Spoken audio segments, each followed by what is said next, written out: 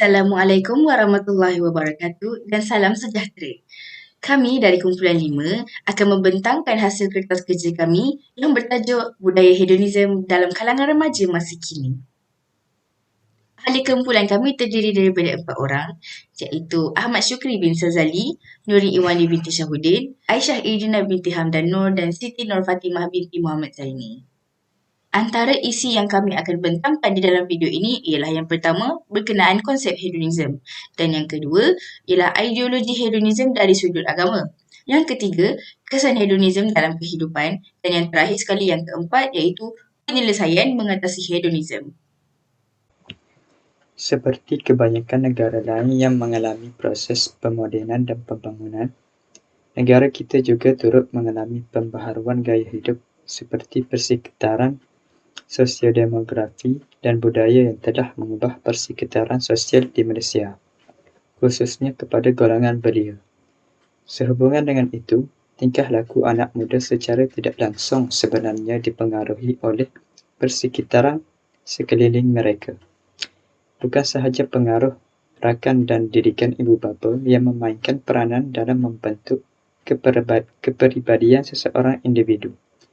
Malah peranan media massa turut memberikan impak yang maksimal dalam hidup setiap individu.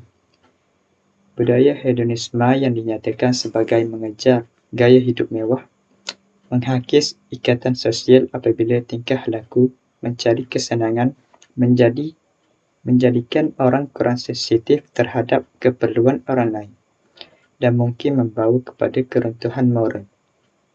Kajian mendapati bahawa tingkah laku hedonistik ini telah menular di dalam masyarakat Malaysia dan dilihat mampu menjadi barah kepada negara kita jika tidak dibendung daripada peringkat awal. Assalamualaikum warahmatullahi wabarakatuh dan salam sejahtera. Saya Nurin Iwani binti Syahudin. Dalam video ini, saya akan membentangkan berkenaan dengan konsep hedonisme. Apakah yang dimaksudkan dengan hedonisme? Hedonisme adalah satu perkataan pinjaman daripada bahasa Greek, iaitu hedonismos yang bermaksud kemeriahan atau keseronokan. Hedonisme adalah satu fahaman falsafah bahawa keseronokan merupakan matlamat utama dalam hidup setiap manusia. Berdasarkan definisi di dalam Kamus Dewan edisi yang keempat, hedonisme membawa definisi pegangan atau pandangan hidup yang mementingkan keseronokan atau kesenangan hidup. Hedonisme merupakan ajaran yang mempercayai bahawa kesenangan atau kenikmatan di dunia merupakan tujuan hidup dan asas kepada tindakan manusia. Individu yang memegang teguh dengan pegangan hedonisme ini secara lumrahnya bersifat kebendaan. Menurut fahaman ini, mengejar keseronokan dan mengelakkan kesakitan adalah faktor pendorong utama untuk tingkah laku manusia, dan moraliti mereka ditentukan oleh sejauh mana tindakan seseorang itu meningkatkan atau mengurangkan keseronokan. Berdasarkan pendapat falsafah Yunani kuno pula, mereka berpendapat bahawa kehidupan ialah kegembiraan dan kedamaian. Pada pandangan mereka, kebaikan tidak boleh difahami melainkan kita menolak unsur-unsur kebahagiaan di dalam hidup, termasuk keindahan perasaan cinta dan nikmat lain yang datang daripada melihat dan mendengar. Walau bagaimanapun, ideologi ahli falsafah awal mempunyai hadnya kerana mereka hanya menjadikan akal mereka sahaja sebagai tunjang dan tonggak utama dalam memahami dan mendalami ideologi ini. Manakala mengikut pandangan seorang karyawan iaitu Dr. Sudarsono di dalam bukunya Etika Islam tentang Kenakalan Remaja, beliau berpendapat bahawa hedonisme ini menganggap kesenangan sebagai kebaikan yang paling utama untuk seseorang mencari tujuan hidup. Ia beranggapan bahawa sesuatu perbuatan yang baik adalah mendatangkan kelazatan atau nikmat. Dalam arti kata lain, mereka beranggapan bahawa kesenangan dan kenikmatan adalah merupakan tujuan yang besar dalam hidup mereka. Dari sudut barat pula, mereka beranggapan bahawa hedonisme ini adalah satu sistem nilai yang menilai kebaikan hanyalah semata-mata dari keseronokan yang sama dengan nilai moral mereka iaitu kesenangan dan keberuntungan. Konsep tersebut telah dinyatakan menurut Mustafa Kamil Ayub yang di mana objektif utama mereka adalah keseronokan. Para hedonis Yunani telah mengklasifikasikan terdapat dua cara untuk berfikir tentang hedonisme. Yang pertama adalah tentang melakukan perkara yang menggembirakan kita, dan yang kedua ialah idea bahawa keseronokan adalah perkara yang paling penting di dalam hidup. Setengah individu mempercayai bahawa keseronokan adalah perkara yang paling penting di dunia, dan perkara itulah yang menjadikan sesuatu perkara itu baik atau buruk. Ia seperti apabila orang dalam kumpulan atau masyarakat tertentu sangat menghargai keseronokan atau merasa baik. John David Garcia juga ada memberi pendapat yang menyatakan bahawa dalam budaya hedonisme, keseronokan dan kegembiraan menerima kredit tertinggi. Beliau menjelaskan hedonisme ialah a sense of values which gives the highest value to pleasure and happiness. Hedonism represents the pursuit of happiness to the exclusion of awareness. A hedonist seeks to maximize the happiness above all else. Antara ciri-ciri hedonisme yang kita dapat lihat pada masa kini ialah yang pertama, kebebasan bersosial. Pada masa kini, kebanyakan remaja dan golongan belia bebas bersosial antara satu sama lain tanpa mengira batas ataupun jantina mereka. Yang kedua ialah penglibatan mereka di dalam aktiviti-aktiviti yang tidak sihat ini semakin berleluasa. Sebagai contohnya, penyalahgunaan dadah, pengambilan alkohol yang berlebihan, seks bebas dan lain-lain lagi. Yang ketiga ialah kebebasan mereka dalam menentukan hak dan pilihan sendiri. Dan yang terakhir sekali, memperjuang dan menegakkan hak golongan LGBT. Sebagai umat Islam yang terus berusaha untuk menjadi Muslim yang baik, kita haruslah berhati-hati agar tidak terjebak ke dalam pengaruh buruk ini, kerana budaya hedonisme banyak membawa kesan negatif bukan sahaja terhadap individu, malah juga kepada keluarga, masyarakat dan juga negara. Mereka yang terperangkap di dalam budaya hedonisme ini mestilah berusaha untuk membebaskan diri dari terus terjerumus di dalam fahaman yang buruk ini. Tindakan seseorang individu Muslim untuk terus berada dalam kitaran ajaran sesat ini akan memberi kesan negatif kepada kita dan akan menggoyahkan pegangan dan keutuhan kepercayaan kita kepada Islam. Seterusnya, saya akan sambung dengan ideologi hedonisme.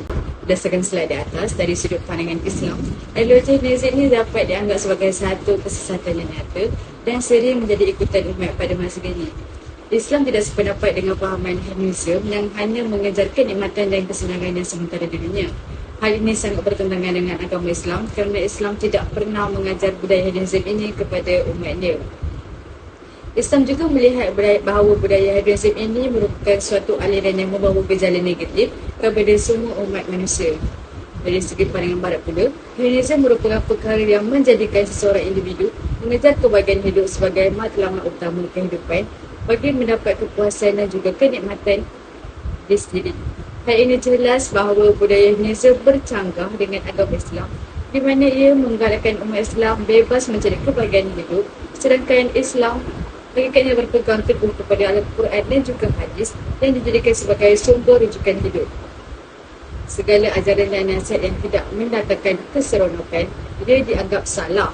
Individu dengan pemikiran hedonisme lebih cenderung untuk mengikut kata hati demi kebahagiaan diri sendiri tanpa memikirkan sekiranya perbuatan tersebut bertentangan dengan agama Islam ataupun tidak. Namun, pemikiran-pemikiran dan ideologi barat yang tersebar luas dan semakin berluasa telah memberikan ancaman dan juga mengganggu pemikiran umat Islam sehingga boleh merosakkan akidah. Akidah memainkan peranan yang sangat penting dalam diri umat Islam kerana ia berfungsi sebagai tonggak kepada seluruh perancangan hidup manusia. Seterusnya, kebanyakan remaja pada masa kini lebih gemar berseronok dengan mengejar gaya hidup yang bebas dan bersukaria seperti meniru cara budaya hidup barat, bermandai melihat kesan buruk dari hedonisme itu sendiri. Contoh budaya barat yang sering menjadi ikutan golongan remaja adalah ramai antaranya terjerumus dalam pergaulan bebas yang melampaui batas, berhibur dengan cara berlebihan, penyalahgunaan dadah, minum arak, parti liar dan juga seks bebas. Budaya barat yang melampau seperti ini dapat menjatuhkan maruah individu dan akhirnya terlibat dengan gejala sosial dan kegiatan jenayah secara tidak langsung. Ramai pula, ia akan memberi impak yang negatif kepada diri individu dan akan menyebabkan pegangan agama Islam dan diri itu luntur.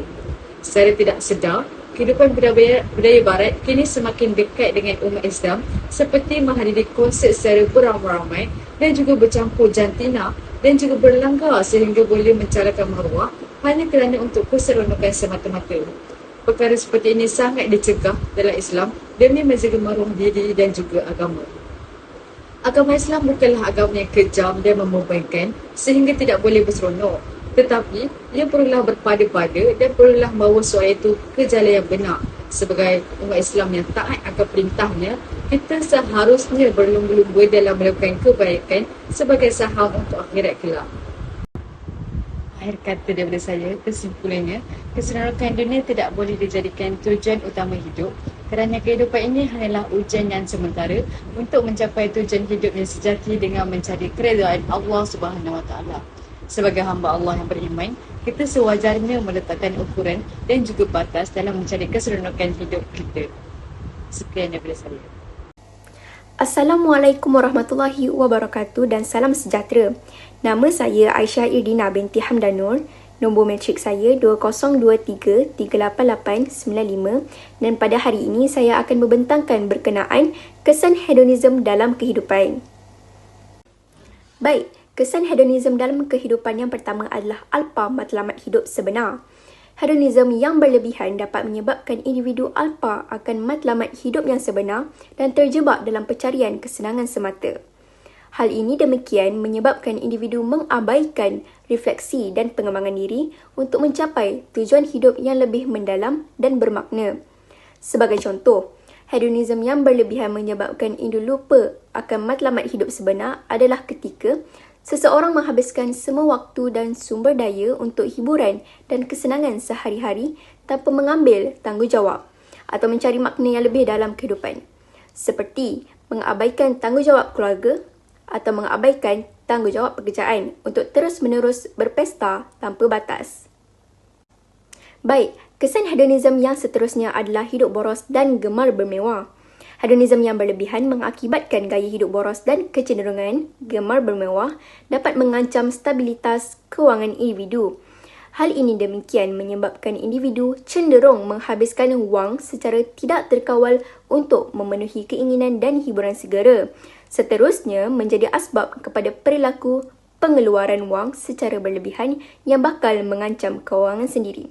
Sebagai contoh, hedonisme yang berlebihan menyebabkan hidup boros dan suka bermewah adalah ketika seseorang secara terus-menerus membeli barang-barang mewah yang tidak mereka perlukan, menghabiskan wang untuk hiburan mahal tanpa pertimbangan kewangan atau menggunakan kad kredit secara tidak bertanggungjawab tanpa memikirkan konsekuensi kewangan jangka masa panjang.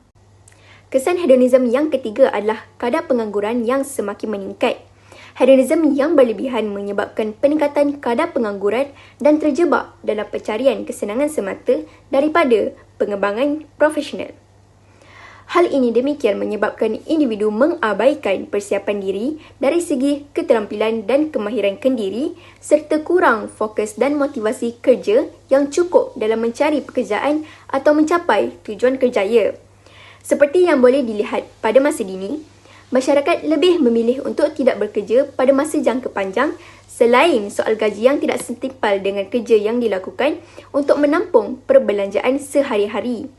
Malah, golongan belia kebanyakannya cenderung untuk mengaplikasikan kegiatan sugar daddy sebagai punca pendapatan utama mereka bagi memiliki kemewahan yang segera lagi sementara. Baik, kesan hedonisme yang terakhir adalah jenayah sosial yang memuncak. Hedonisme yang berlebihan menyebabkan peningkatan jenayah sosial akibat individu yang cenderung mengabaikan norma sosial dan etika demi memenuhi keinginan peribadi. Hal ini demikian menyebabkan individu mengutamakan kesenangan segera tanpa memperhatikan konsekuensi sosial yang dapat memicu perilaku pelanggaran hukum seperti pencurian, penipuan atau kekerasan. Sebagai contoh, hedonisme yang berlebihan menyebabkan peningkatan jenayah sosial adalah ketika seseorang terlibat dalam kegiatan haram seperti perdagangan narkoba atau pencurian untuk memperoleh keuntungan ringgit yang mendukung gaya hidup hedonis mereka tanpa memedulikan kesan negatifnya pada masyarakat dan kesejahteraan orang awam. Baik, kesimpulan bagi kesan hedonisme dalam kehidupan adalah hedonisme yang berlebihan dapat memiliki dampak negatif yang meluas. Ini termasuk individu yang semakin malas dan alpa akan matlamat hidup sebenar, hidup boros dan gemar bermewah, peningkatan jenayah sosial dan peningkatan kadar pengangguran. Oleh kerana itu, penting untuk mencari keseimbangan antara kesenangan dan tanggungjawab serta memiliki tujuan hidup yang lebih mendalam dan bermakna demi kesejahteraan individu, masyarakat dan negara secara keseluruhan. Sekian, terima kasih.